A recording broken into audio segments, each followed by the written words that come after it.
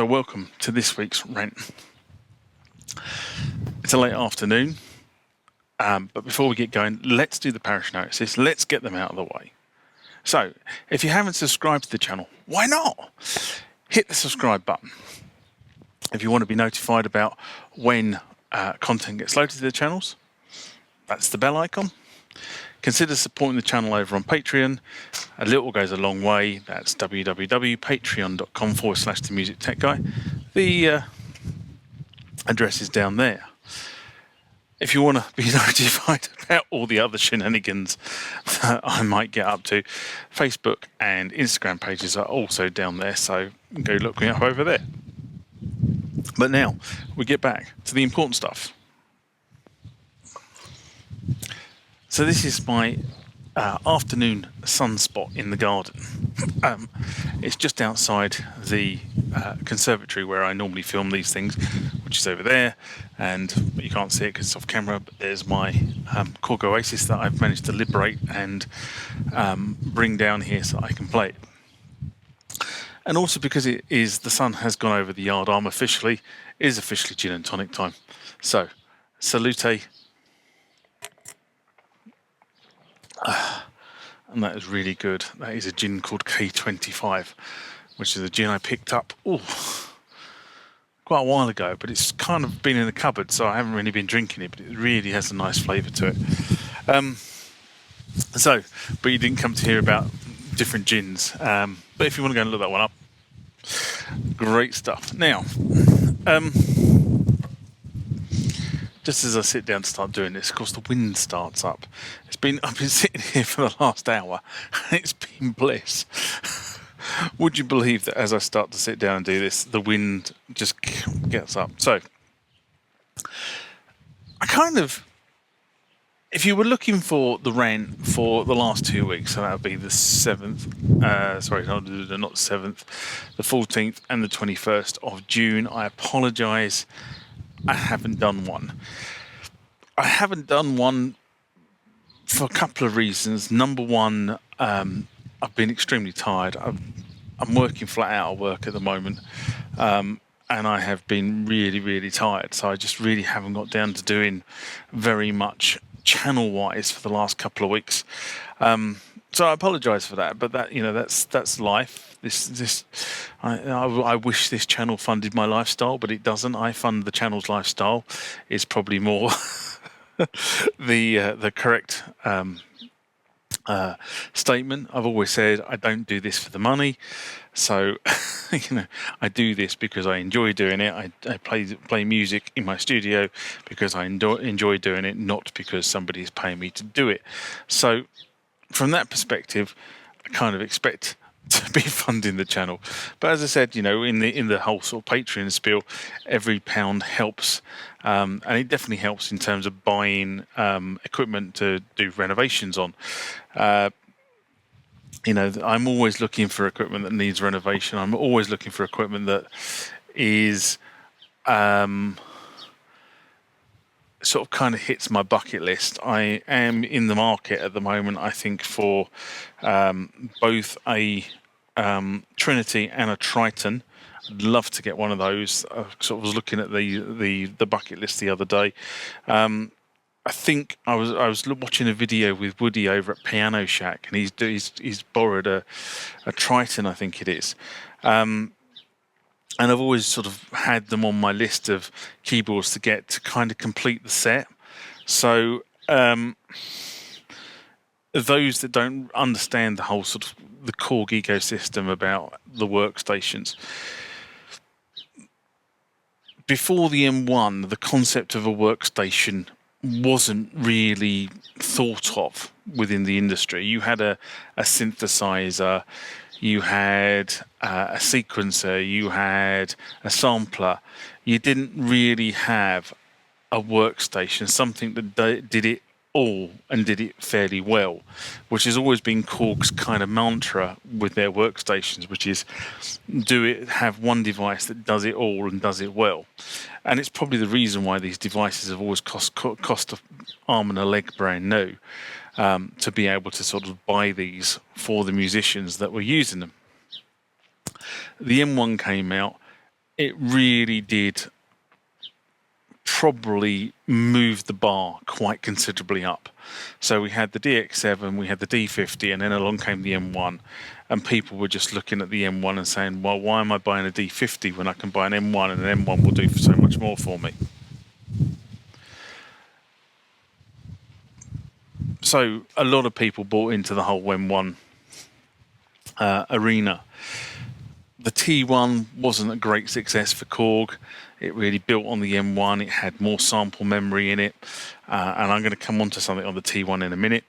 But it wasn't really a great seller for Korg. I think they sold more T2s and T3s than they did T1s, which is a shame because, again, the T1 is a really, really great keyboard. It's got a lovely key action to it for the full 88 keys, but the way Korg did it at the time was you bought a T1 for the 88 keys, you bought a T2 for the 76 keys, and you bought a T3, which effectively was a T1 with some upgraded bits. Sorry, a T1.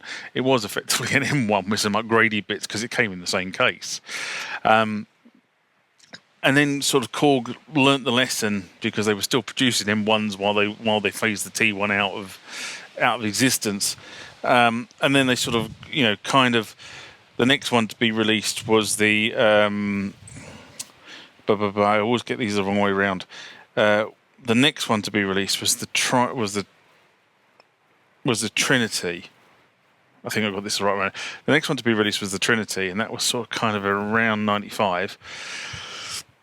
And then the Trinity had sort of 4 or 5 years, and then the next one to be released after the Trinity was the Triton, which was released in 1999, just before the millennium, and both kind of built on the whole sort of M1, T1. Everyone had a more capability. They introduced the sampler. I can't remember which one it was. They introduced the sampler. I think it was the Triton, but it might have been on the Trinity. I honestly can't remember.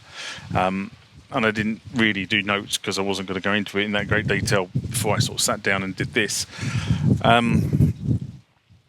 And then was really interesting with the sort of whole Korg do it well philosophy is they actually then released 2 keyboards around about the same time. They released the M3 in 2007, but they released the Oasis in 2005, and the Oasis didn't sell particularly well, but it was a complete change of concept from the Trinity and the Triton. Even though sort of kind of the workflow remained the same, the actual underlying architecture behind how the workstation worked was a complete change. So the M3 almost, you could say, carried on the lineage from the M1 through to the Triton, in that it was sort of a board inside that machine that Korg built, and Korg, it was a proprietary board for Korg. Whereas if you go and look at the Oasis, which is kind of the sort of the basis of the Kronos, if you like, the Oasis uses a Linux computer. So underneath the Oasis is effectively a Linux computer. Hence the reason it's easier to upgrade in terms of chipsets and memory and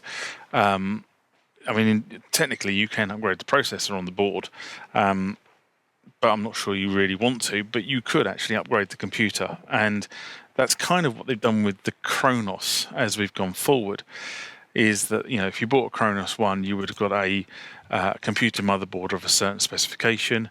If you bought a Kronos X, they updated the specifications of the motherboard, so you got a slightly more powerful processor, and it could do more things. And then if you got a Mark II, again, you got a different motherboard in it, which could do different things, but they were all based on the same Linux kernel, running the same operating system, and you've been able to really sort of run the same operating system for the last 10 years, because believe it or not, the Kronos is now 10 years old. And I love playing. Well, I love playing all my keyboards. I mean, let's face it. I am sort of a collector, and I collect and I play and I recycle them in and out of my studio when my studio is up and running. Unfortunately, at the moment, most of it is all in storage. and really unfortunate is where I currently live, because I'm living with the housemates. I'm kind of limited in what I can have here. They're being really accommodating, I have to be honest, in terms of young ladies. I'll say young ladies. But they've been very accommodating in terms of what I'm allowed to have here, and I'm eternally thankful for that. But it does mean I can't have my full studio out. So my full studio is pretty much packed up. It's all in storage, and from where I live now, which is on the south coast of England, compared with where I used to live, which was just on the outskirts of London, in the sort of London, well, I lived in sort of the Berkshire, Surrey borders, that sort of area. That's where my storage is. So if I want to go to storage, it's an hour's drive there, it's an hour's drive back, minimum. On a good day. It's probably longer than that on a normal day. So let's say probably an hour and a half there and an hour and a half back to where I live now. So what is this all rambling all about? So the first thing is I'm in the market for trying to sort of pick up a Triton and a Trinity, I think, just to complete my Korg set, so that I've got, and I can preserve all those keyboards. That's kind of the first thing. But the second thing is, I've been sort of kind of thinking about this over, I don't know, the last couple of months, if you like. I'm still fighting my ex, which is one of the reasons why I haven't done this rant for a couple of weeks. We had a deal. Well, I thought we had a deal back in February. We were kind of 300 quid apart. For the sake of 300 quid, I was prepared to say, well, I just signed on the dotted line. Unfortunately, for some reason, whether she was trying to trick me or not, she didn't. And here we are in June, 4 months later, and we still haven't got a deal. And it kind of annoys me that her advisors aren't advising her to, they put the number forward in the first place. So if they put the number forward, why can't they accept the number that I gave them, which was actually better than her number? I just don't know. I really am completely at a loss about what's going on. Whether she's just trying to string it out, I don't know. But really, just go away. That's kind of where I am. Anyway, so kind of the second point, and I sort of ramble off in a different direction, but kind of the second point is, do I think that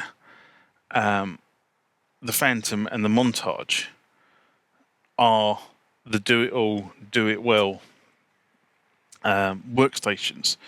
Or is there something else out there that I think does it all and does it well? A couple of weeks ago, I mentioned something called the... I can't remember what the name of it was now, but a couple of weeks ago in one of the comments videos, one of you sort of said about another music system that was very akin to the sort of whole Muse Receptor type thing, except in that music system you were able to effectively, like with the System 8, you were able to download the tones onto the keyboard, and you packed it in your bag and off you went and did your gig. You didn't need the computer, but you used the computer for construction. And I thought that was quite good. But is that a do-it-all, do-it-well? Probably not. It's probably do something well and do something. So really, at the moment, I think there's probably just 3 keyboards on the market that sort of hit this do-it-all, do-it-well. You've had the various flavours of the Kronos, and I've bought into the Korg system, so... You've had Yamaha trying to get there with the Montage, and I have to be honest and say, do I think the Montage is better than the Kronos? Well, I haven't got a Montage. I have played a Montage. Do I think it's better? No. Do I think it has some gimmicks on it? Yes. Do I think it has a very good tonal system? Yes. But it's not better. So why would I go and swap my Kronos 2 for a Montage? No. Not unless somebody could give me a very good reason why not. Then we come on to what I think is probably the closest that another manufacturer has now got to the Kronos, which is the Fantom. Do I think the Fantom is better than the Kronos? No. Do I think the Fantom is... Would I swap my Kronos in for a Fantom? No. Why not? In some ways, the Fantom is better. Okay? It's more up-to-date technology.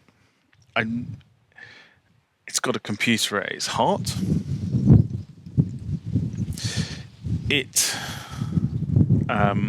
I do like some of the features that I like the whole concept of the being able to edit while you're playing, so being able to actually change the tonal quality of the patch while you're actually playing the patch. So the Kronos can't do that. I wouldn't have thought it would take too long for Korg to be able to program that in. Well, I say that, you don't know whether they've driven themselves up a cul-de-sac or not in terms of the way it works. They both work on two different mechanisms for generating the tone. The Fantom kind of uses this sort of PCM style generation to start the generation of the tone off, and then uses an engine to model the tone. The reason I keep stopping is because the wind gets up and I can probably get it going across the microphone. But do I think it... whereas the Kronos, effectively the Kronos generates the tone within the engine. So it's two different ways of generating and modelling the tone. The Fantom is, because it was only launched last year, newer technology, which means it will have a faster processor on it. It will have probably more capabilities in terms of being able to load RAM on and hold samples and playback samples. And I suspect, although I don't know because I haven't got the specs in front of me, I suspect it comes with an SSD hard drive, whereas if you want to put an SSD hard drive in your Kronos, well, definitely in my Kronos anyway, that's take the Kronos to pieces and put a new hard drive in it. And that's probably because SSDs 10 years ago were a damn sight more expensive than they are now. I mean, now you can get a fairly reasonable 256 gigabyte SSD for not a lot of money, actually. I mean, probably talking about £1 a gig, I suppose. So probably around about the £250, £300 mark for a reasonable SSD to go in your machine. But I still don't think, if you haven't got Kronos, if you don't possess a Kronos, then if you were going to the market now, what would you buy? I think you would have a hard choice between Korg and Roland. I think you possibly would go down the Roland route, if I'm honest, purely because I think it's newer tech. My only concern with Roland is supportability. I think we've been burned a few times with Roland and introducing a whole new concept and then sort of kind of it being dropped from support. And that kind of worries me with Roland, whereas I sort of, because of the longevity of Kronos of 10 years, I don't get that sort of same support worry so much with Korg. Although we haven't had an operating system update on the Kronos for probably 18 months, 2 years, I suppose. So I'm kind of wondering, and I've heard some whispers on the grapevines that Korg are just about to drop another monster.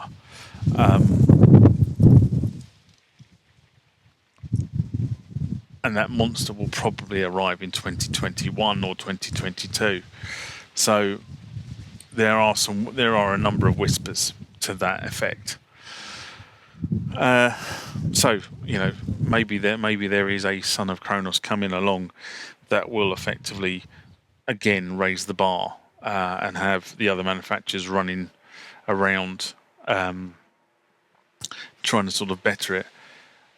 I think that's probably where I have a problem, in that the other manufacturers are trying to better what's there and not think originally.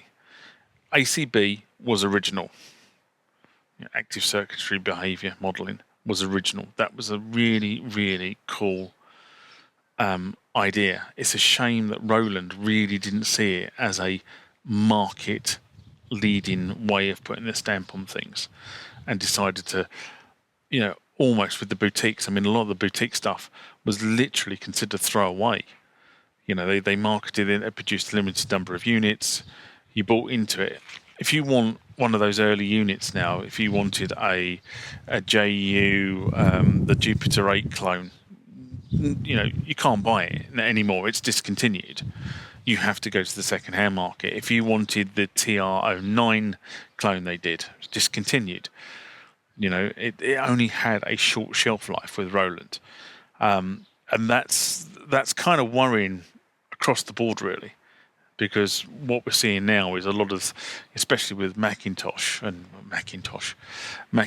uploading new stuff all the time, and their latest operating systems now drop support for anything below 64-bit drivers, which of course means that if you've got a Roland driver that's 32-bit, and a number of people have left comments like that on the channel, I've got this piece of equipment, it's now come flagging up as discontinued, and there's no drivers for Catalina. What happens when Microsoft issue the next iteration of Windows? Windows whatever. So we're on Windows 10 at the moment. We've been on Windows 10 for about 5 years. What happens when the next iteration of Windows comes along? Are all those people who are on these on the Windows 10 driver, are they going to be able to use this? Now, Apple and Microsoft have been quite good in the past by allowing the drivers to sort of kind of carry on over operating system platforms. But now we're getting to a stage where they're no longer allowing you to do that. I don't know. So, will we see something new from Korg? Possibly. Will we see something that is going to be equally as good as the Kronos? I can't see why not. The bar has been set. Will it make Fantom, people who are going to buy Fantoms, think twice? I think so. My only regret with the Korg ecosystem is that up until, I suppose, kind of the Oasis, once the final version of the firmware was dropped, you knew that was kind of it. The Oasis is so much more.